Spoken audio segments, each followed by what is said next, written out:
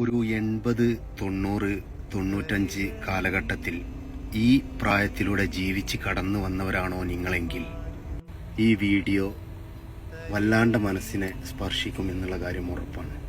അതുകൊണ്ട് തന്നെ ഈ വീഡിയോ സ്കിപ്പ് ചെയ്യാതെ മുഴുവനായിട്ടും കാണാൻ ശ്രമിക്കുക.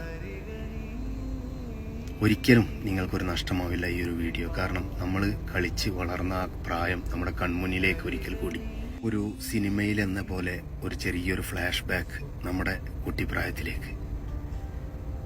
ഇതൊന്നും ഒരിക്കലും നമ്മുടെ ജീവിതത്തിൽ നമുക്ക് മറക്കാൻ കഴിയില്ല. നാട്ടിൻപുറങ്ങൾ എന്ന് പറയുന്ന ഒരു വലിയ ലോകം തന്നെ അന്നത്തെ ആ കാലഘട്ടത്തുണ്ടായിരുന്നു. ഇന്ന് നാട്ടിൻപുറങ്ങളൊക്കെ അപ്രത്യക്ഷമായിരിക്കുകയാണ്. എല്ലാം സിറ്റിയായി മാറി. നോക്കത്താ ദൂരത്തോളം ഒഴിഞ്ഞു കിടന്നിരുന്ന പാടശേഖരങ്ങൾ, വയലുകൾ, കാവുകൾ, സ്കൂൾ ഗ്രൗണ്ടുകൾ എന്ന് വേണ്ട എല്ലാം അന്യം നിന്ന് പോയിരിക്കുകയാണ് ഈ കൂട്ടത്തിൽ.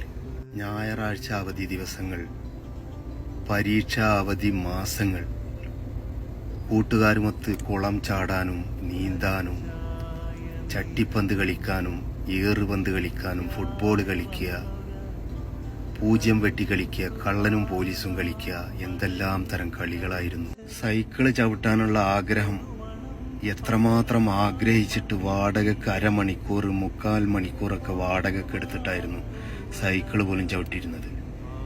ഇന്നത്തെ തലമുറ ജനിച്ചു വീഴുമ്പോൾ തന്നെ മുച്ചക്ര സൈക്കിളിലേക്കാണ്. അവിടുന്ന് ഇരുചക്രം, പിന്നെ ബൈക്ക്, കാറ്.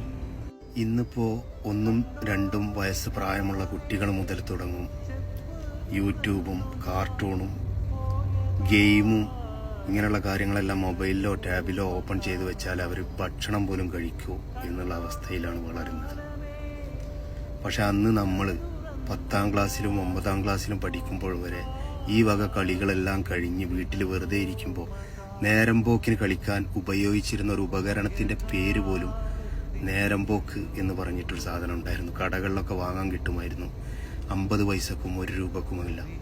അതിനകത്ത് നിറയെ വെള്ളം, ചെറിയ ചെറിയ വട്ടുകൾ ഓർമ്മയിലേക്ക് ഓടി വന്നിട്ടുണ്ടാവും അല്ലേ? ആ ഒരു സാധനത്തിനൊക്കെ എത്ര കൊതിച്ചിട്ടുണ്ട്.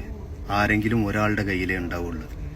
ഒരുത്തൻ തോറ്റിട്ട് മറ്റൊരുത്തൻക്ക് ഇങ്ങനെ കൈമാറി ഇങ്ങനെ കൊടുക്കും. ശരിക്കും പറഞ്ഞാൽ ഈ കാഴ്ചകളിപ്പോ നമ്മളറിയാതെ തന്നെ നമ്മളെ കുട്ടിപ്രായത്തിലേക്കൊന്ന് കൂട്ടിക്കൊണ്ടു പോയിരിക്കുകയാണ്. മനസ്സും കണ്ണും എല്ലാം.